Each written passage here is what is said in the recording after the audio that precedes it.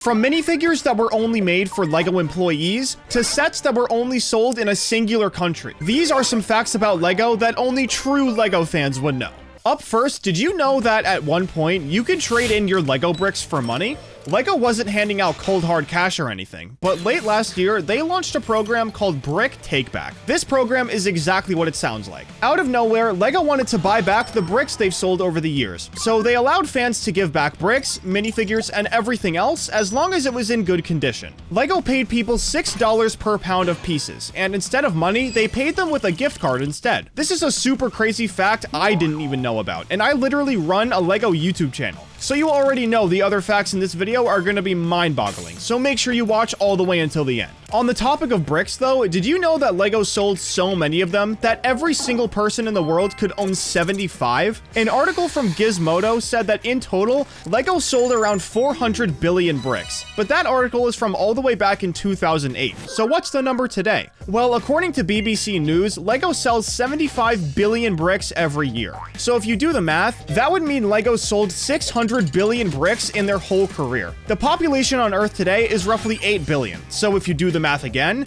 that would leave 75 bricks per person. I have to say, when you really look at it, LEGO's hit some insane milestones. I mean, that's a number I can't even comprehend. Something that's even harder to comprehend though is the fact that LEGO didn't sell traditional instructions in sets they made back in the day. Before the bricks we all know and love, LEGO made these things called automatic binding bricks in 1949. They're very similar to the bricks that made LEGO famous, but they're still slightly different. Because it was so early in their career, every set with these binding bricks was very simple, and instead of instructions, the sets came with a booklet showcasing everything that was possible to build with the bricks that came in the box. There aren't a ton of pictures online, but it looks like LEGO was giving very light instructions on how to build the different structures. By 1954 though, they had it all figured out. I mean, even though it's super old, these pages are clearly showing you how to build a LEGO set. Up next is the fact that LEGO loves YouTube. They're always leaving comments on people's videos, which I'd go crazy if it happened to me. But would be even better is if you subscribe to my channel. LEGO and I both would really appreciate it. Anyways, back to the facts, something LEGO didn't have back in those days were brick separators, which would have been super useful. We've all seen a brick separator before. You know, that big orange thing that probably confused you when you were a kid? Well, did you know that it didn't always look like that? The first brick separator released back in 1990, and instead of orange, it was actually this super dull gray color, and it also looked a little different. They didn't go straight from this gray one to the one that we have today though. LEGO made a pit stop in 1996 with this green separator, and went back to the gray one in 2006. The one we have now was eventually made in 2011, and since then, LEGO hasn't made a new one. Another thing LEGO made along the way were sets with lights and sound effects in them. Now, obviously something like this would have been way too advanced for a set from the 1950s, which is why LEGO didn't actually do this until 1985. They rolled out this forgotten feature with LEGO Light and Sound, which is an electronic system used in a lot of LEGO town and space themed sets. But when you hear about how they actually made this possible, it'll make sense why they stopped doing it a long time ago. The system came with a battery box and conducted power to the bricks by using metal that was built into the studs. This gave us some super cool stuff, like the light bricks that come in a bunch of different colors. But doing something like this at the size LEGO is now probably just wouldn't be sustainable. Listen, I'd never be mad at bricks that light up and have cool sound effects, but from a business perspective, I have to side with LEGO on this one.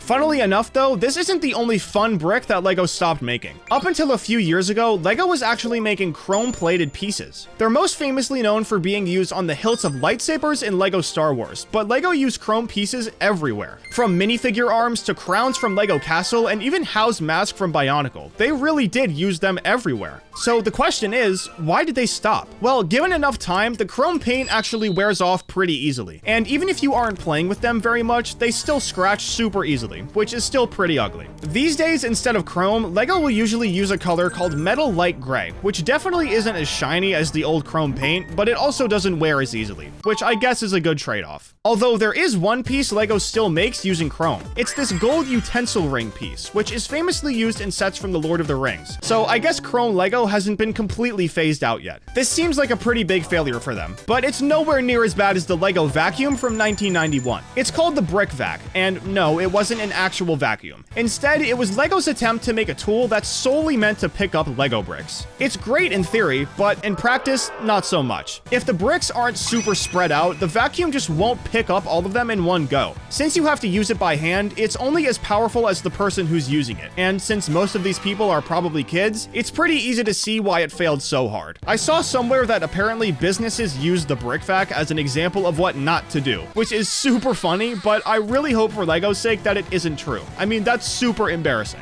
But of course, LEGO is anything but bad at what they do. Like, they even made a working compass piece for the Pirates theme back in the day. People have made a bunch of different DIY LEGO compasses that actually work, but did you know LEGO made one themselves? And better yet, did you know that it can fit in a minifigure's hand? You can find it in the Skull's Eye Schooner set from 1993, and it's basically the size of a stud. It's meant to be used as part of the set, which is why it can fit in a minifigure's hand, but it's super sick to know that it actually works. I mean, LEGO really didn't have to do this at all. People were pretty excited when they found out about this, but one thing they absolutely hated was when LEGO made sets that were only released in China. I'm sure we all know, but China has their own New Year separate from ours in America, and it's a super big deal for them. Since LEGO is all-inclusive, they've been making sets for the Chinese New Year for a while now. But back in 2019, the sets LEGO made for that year's New Year were only available in China. The two sets were the traditional Chinese dinner and dragon dance sets, and fans were absolutely outraged. I'm not exactly sure if LEGO ever sold these sets in particular outside of China, but I know for sure that they never did anything like this ever again. The amount of backlash they got was genuinely insane, so there's no way they're ever trying that again. What's weird about this though is that fans didn't complain nearly as much about a set that was only sold in airports. To be more specific, a singular airport in Billund, Denmark. The set I'm talking about is, funnily enough, the Billund Airport set, and it never saw a shelf outside of the airport in Billund.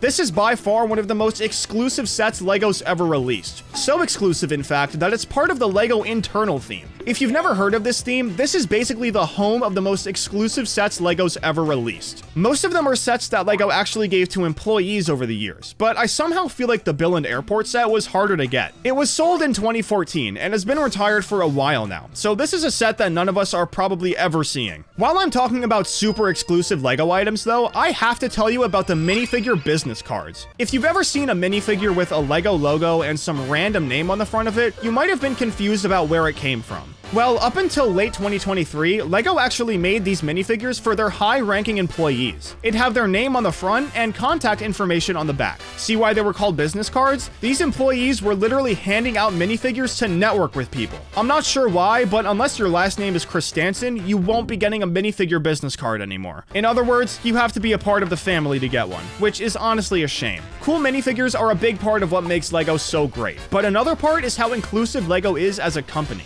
Back in 2016, LEGO released the first minifigure with a disability, and it was a super big deal. A bunch of different news outlets were talking about it, some even as big as NPR. He made his first appearance in the Fun in the Park set from 2016. This set is already super well known, but with this minifigure, it was bound to be huge. The disabled minifigure is the one sitting in a wheelchair petting a dog, having fun in the park just like the set intended. This was super big for LEGO. I mean, how often do you see them in the news? Usually when this happens, it's in the LEGO Advent Calendar. If you've never heard of this before, first of all, I apologize. But second of all, it's super sick. It's basically just a roadmap of every holiday-themed set LEGO's releasing in the coming days. Most of the time, the sets release all the way up until Christmas, but how long has LEGO been doing this for? Well, the first Advent Calendar actually came out back in 1998. A lot of the holiday sets from the late 90s had a Santa Claus minifigure, and were in the LEGO basic theme, but nothing was more exciting than seeing a set that you know for sure is coming out. As the years went on, LEGO expanded on this idea a lot, and made different calendars for a ton of different themes. One that I remember super well was the LEGO Star Wars Advent Calendar from 2012, which had this really cool Darth Maul minifigure.